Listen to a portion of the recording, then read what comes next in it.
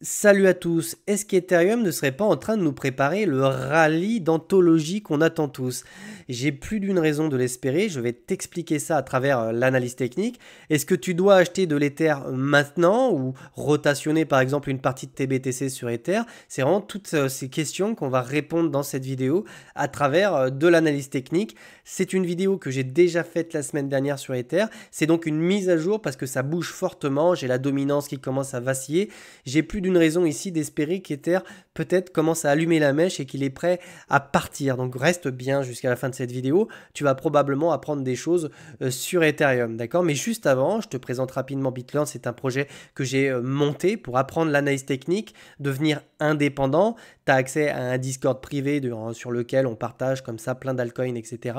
Il y a une promotion de 40% pour le Black Friday, donc n'hésite pas si c'est quelque chose qui te fait envie de venir apprendre parmi nous. Tu as accès directement à une formation avec le petit onglet. Il y a des choses qui sont gratuites, ça veut dire que dès aujourd'hui, si tu veux, tu cliques dans la description, tu as le lien, tu as plein de petites vidéos qui sont déjà gratuites. Ça te permet de voir l'interface. Tu as les lesson links dedans, tu vas retrouver tout plein de liens quand tu seras connecté sur ton espace. Tu vois qu'ici, tu peux par exemple anticiper la fin d'un cycle. Il y a des vidéos très précises qui te montrent comment bien prendre tes profits au bon moment, comprendre l'alt season pour rotationner ses capitaux au bon moment, passer de BTC à Ether, puis Ether à une autre paire, etc. Des vidéos donc sur la cyclicité, l'order flow. Tu as des stratégies clés en main pour essayer de te positionner sur des altcoins qui ont des forts potentiels de hausse, parce que très souvent, c'est les mêmes patterns. On a un petit peu de psychologie, gestion de portefeuille, et tu as aussi les insights qui permettent comme ça à tous ceux qui sont sur BitLearn de pratiquer, parce que la pratique, c'est très important, c'est ce qui te permet d'ancrer des connaissances. Donc tu vois, il y a pas mal d'insights, tu peux aller voir le travail de tous ceux qui sont déjà sur le site. Donc voilà, la promotion dure quelques jours, profitez-en, c'est pour le Black Friday. On retourne tout de suite sur Ethereum. Donc pourquoi j'ai de bon espoir ici qu'Ether puisse nous faire un rallye? Pour plusieurs raisons. Déjà technique, d'un point de vue des patterns, c'est plutôt très très sympa ce qu'il est en train de nous montrer. Ça me fait beaucoup penser à ce qu'il avait fait ici avec ce W, la tasse, la anse, la cassure, l'extraction, le run-up. C'est exactement la même chose sur ce cycle-là, quasiment à la journée près. On a vraiment ici le W, la tasse, la anse, la cassure, le run-up. Donc il est encore temps de se positionner sur Ether. Je pense qu'on pourra encore peut-être avoir un ou deux retracements qui nous permettent comme ça d'avoir des entrées premium. Mais ici, ce que tu dois savoir, je vais te montrer avec ma petite flèche, c'est qu'on est tout juste dans des zones de neutralité et retrouver des zones d'excès ici, ça peut prendre plusieurs semaines. C'est ici qu'on a probablement des tops de marché. C'est ici en tout cas qu'on essaie de prendre des profits, comme tu peux le voir ici souvent sur des divergences. On est très très loin de ça pour l'instant sur Ether. Les choses sont magnifiques d'un point de vue chartiste. On est vraiment venu ici, tu vois, défendre tous les lots qui étaient ici. On est même dans un range. Si on passe en logarithmique, je vais te montrer ça rapidement. Après, on passera un petit peu sur les fondamentaux parce que tu verras qu'on a également des choses qui sont très sympas. Donc là, en fait, sur Ether, donc je suis passé en logarithmique pour gommer les excès de volatilité qu'on a pu avoir à cause du manque de liquidité sur Ether. On voit qu'ici, on est vraiment coincé, tu vois, dans un long range durant lequel on est depuis maintenant des années, des mois et des années. Donc ici, tu vois que quand on va revenir, parce qu'on viendra chercher le haut du range, ce que tu dois te dire, c'est que le haut du range correspond en fait quasiment à l'ATH sur Ether. Donc le niveau des 5000 $ sera un niveau clé. Je pense que si on le pète, on aura du FOMO parce que les gens vont commencer à nous parler d'Ether alors qu'on a un BTC qui commence un petit peu à réduire sa volatilité parce qu'on aura des prises de profit. C'est un petit peu toujours le même cirque. Et puis là, les gens qui ne voulaient pas d'Ether sur ces niveaux-là vont commencer à FOMO Ether à 5, 6, 7, 8 000 $. Donc vraiment, ici, on a vraiment ce beau canal durant lequel, donc là, l'objectif, c'est de revenir chercher le haut.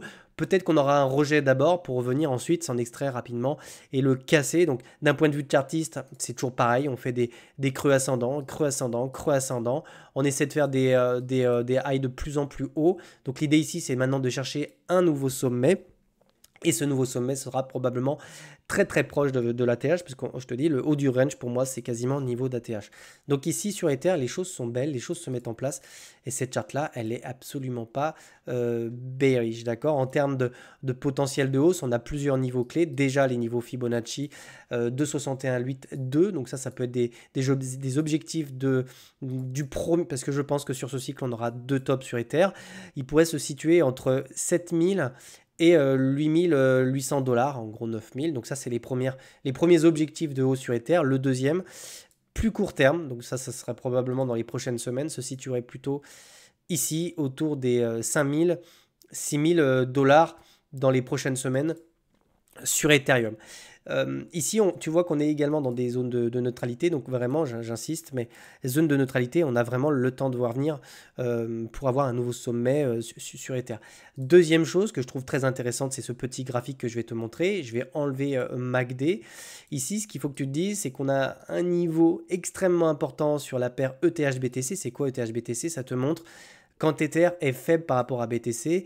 Et tu vois qu'ici, on commence à avoir quelque chose. Déjà, on a une doji d'indécision pile sur cette trend, d'accord?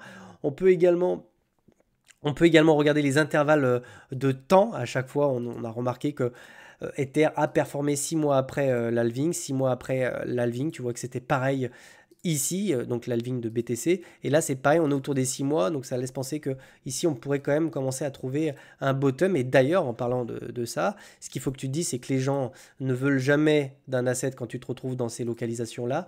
Mais quand tu es ici dans des zones d'excès, hein, d'accord, c'est souvent les meilleures localisations d'achat, hein, d'accord. Faut bien que tu te dises que c'était la même chose sur le cycle précédent. Quand on est venu chercher ici cette trend, on était également dans des zones de survente. Et c'est ici qu'on avait eu les meilleures opportunités d'achat sur Ether, hein. Donc ici, c'est absolument 3 étoiles d'un point de vue technique. Et c'était exactement la même chose, hein. Ici, on est revenu chercher le bas du RSI en 2016 avant de faire un run extrêmement important. Donc n'oublie pas, ces objectifs-là sont toujours, ces zones de prix sont toujours des zones extrêmement importantes. D'autant plus qu'ici, j'ai quand même l'impression qu'on a quelque chose de très haussier, hein. Franchement, sur Ether, c'est quand même très boule. On voit qu'on fait un plus bas. Ici, c'est un setup en plus que je prends très souvent. On a une divergence haussière. En weekly, on commence à sortir ici du RSI. Bien, si on revient chercher le haut du RSI, on va vraiment avoir un run qui sera très important sur Ether ici. Donc, on commence à avoir des petites choses, hein. Si je descends, tu vois, en 4 heures, on voit qu'ici, on a quand même quelque chose d'un petit peu haussier, hein. On voit, on fait une nouvelle résistance, on se pose dessus, hop, on fait pareil. Donc, il y a vraiment une dynamique ici qui essaie de se mettre en place pour essayer de s'extraire une bonne fois pour toutes de cette dynamique qui était baissière. On a encore du boulot. Encore une fois, on est dans un moment du cycle qui est extrêmement favorable à Ether. Donc vraiment, je pense qu'il va vraiment falloir surveiller surtout cette trend ici, hein. Donc on a encore du boulot pour la passer. On a aussi la petite qui est ici, hein, évidemment. On peut aussi surveiller celle-ci. Le premier signal sera ici, on casse, on vient chercher celle-ci, on casse. Et là, on aura un rallye, à mon avis, qui va nous amener jusqu'à la TH. Donc ici, on a des opportunités de gains qui sont quand même importantes sur Ether. D'un point de vue fonda, on a un Ether qui est quand même très largement stacké, hein. On a plus de 35 millions de tokens qui sont stackés. Ces tokens-là ne sont pas sur les exchanges, ils ne sont pas disponibles aujourd'hui. Ils peuvent l'être demain, mais aujourd'hui, ils ne sont pas disponibles. Ça vient rarifier l'offre. Et donc, si on a un peu de demande, ça peut très vite comme ça jouer sur le prix parce que ces tokens-là qui sont en stacking ne sont pas disponibles à la vente. On a également eu pas mal d'inflow ici sur ETF. Je pense que c'est quelque chose qui peut s'accélérer. Encore une fois, si on a un Ether qui vient péter des 5000 dollars, ça va commencer à en parler dans les journaux. On va nous dire qu'Ether, c'est le petit frère de Bitcoin qui fait un nouveau sommet, Ethereum nouveau sommet, etc. On connaît la musique. Personne n'en voulait là. 5000 dollars, tout le monde en voudra. On aura des inflows, peut-être une rotation de BTC vers Ether. Parce que, mets-toi à la place des mecs qui ont acheté du BTC récemment. Quand on va avoir un BTC qui va trouver un sommet de marché et un Ether qui va te faire des plus 40% tous les 2 jours, ces gens-là seront tentés de vendre leur BTC pour se positionner sur Ether. Donc les choses ici sont plutôt positives. Seul ombre au tableau, c'est Grayscale qui possède toujours énormément de tokens et qui exerce comme ça une petite pression vendeuse. Pour le moment, rien de plus à te dire, c'est bull. Je te parle de ça, on est vraiment encore un peu en avance sur le cycle. Tu vois que ici la dominance est tout proche d'un potentiel bottom, d'un point pivot de retournement. Il faut s'intéresser aux altcoins à ce moment-là, surtout quand tu as un BTC qui commence à dévisser. On le voit avec sa dominance, donc on a probablement des flux comme ça qui vont bouger sur les marchés et partir sur les altcoins. Je te souhaite de passer une excellente journée. Abonne-toi à ma chaîne, vous êtes nombreux à regarder et à même pas être abonné, alors mettez un petit pouce si vous aimez le contenu, quoi. Et puis moi je te retrouve demain pour une nouvelle vidéo. Ciao ciao.